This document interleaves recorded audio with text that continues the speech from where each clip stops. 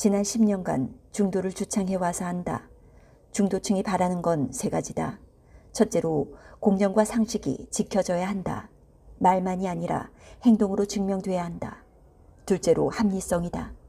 내로남불을 하거나 모든 사회 문제에서 이념에 치우쳐서는 안 된다. 합리적으로 해결할 수 있는 방법을 제시하면 납득한다. 셋째로 민생이다. 약간 폭을 더 넓히면 소외되는 사회적 약자를 품어안는 것이다. 윤석열 정부는 이 세 가지에 대해 가시적 성과가 안 보였다. 선거 때 말로 하면 듣지만 집권하고 나선 행동을 봐야 믿는다. 예를 들어 윤 대통령은 지난 8.15 광복절 경축사에서 자유에 대해 얘기했다.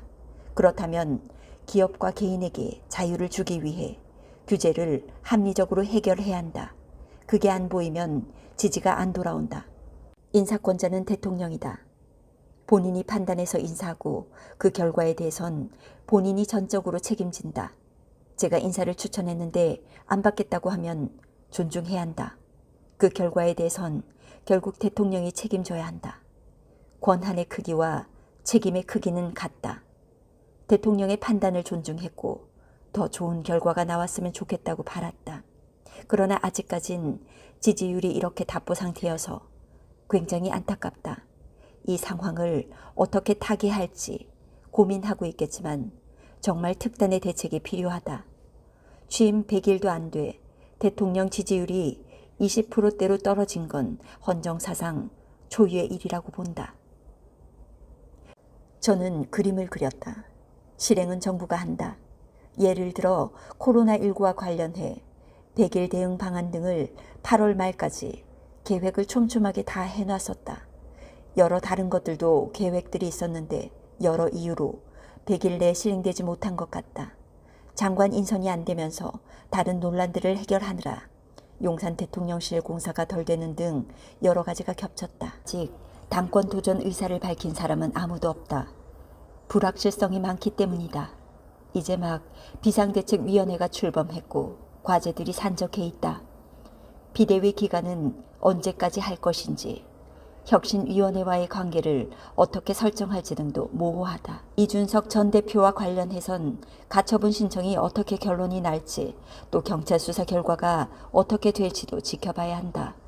이러한 여러 문제가 다 정리되면 그때 입장을 밝히는 게 맞다고 본다. 아까 얘기했듯 국민의힘을 진정한 중도보수의 정당으로 만들 사람은 저밖에 없다.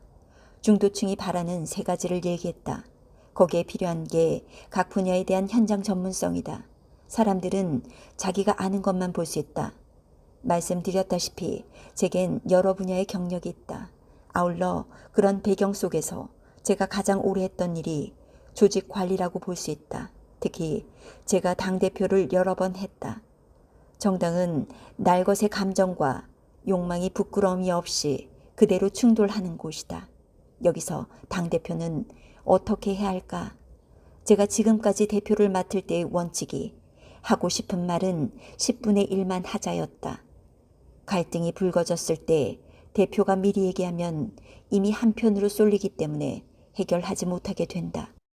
당대표가 할 일은 갈등이 생겼을 때 재빨리 중재하고 그 에너지를 가지고 다른 외부의 적, 다른 정당과 싸우는 데 집중하는 거다. 안 그러면 내부 투쟁만 생기는 거다.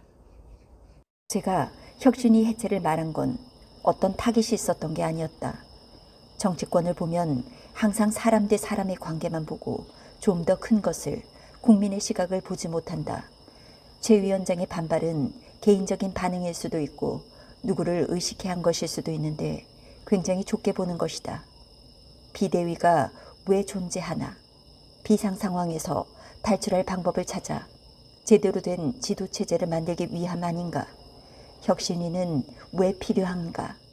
기존 최고위의 문제점을 타개할 방법을 찾기 위해서가 아닌가? 이렇게 보면 목적이 거의 비슷하다.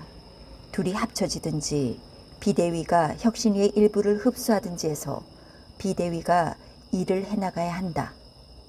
제일 우려하는 건 비대위가 이렇게 하겠다고 얘기했는데 혁신위가 반대하는 상황이다. 이렇게 내분이 일어나면 비대위가 망가진다. 오히려 극비상 상황이 올 수 있다. 충분히 그럴 가능성이 있다. 정치권에 몸담은 지 10년밖에 안 됐지만 경험이 많다. 미리 사전에 예상돼 리스크를 최소화하기 위해 제안을 한 것이지 제가 분란을 일으킬 이유가 뭐가 있나. 누굴 자르고 하는 곳에 관심이 없다.